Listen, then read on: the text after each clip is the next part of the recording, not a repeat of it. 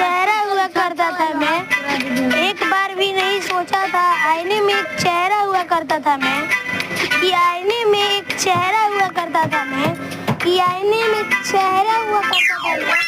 जब तक मेरी सांसें बसी थी मेरी बातें गाली नहीं है। मैंने इतना धन कमाया कि कोई मुकाबला नहीं कर सकता था, लेकिन कोई क्या कहे, कहता तो कहना होता है भाई। क्योंकि मेरे बात में दम तो है, लेकिन दम मेरा फटा हुआ है।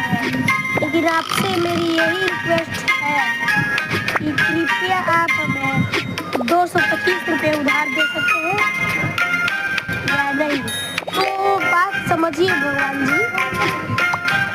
साहेबाद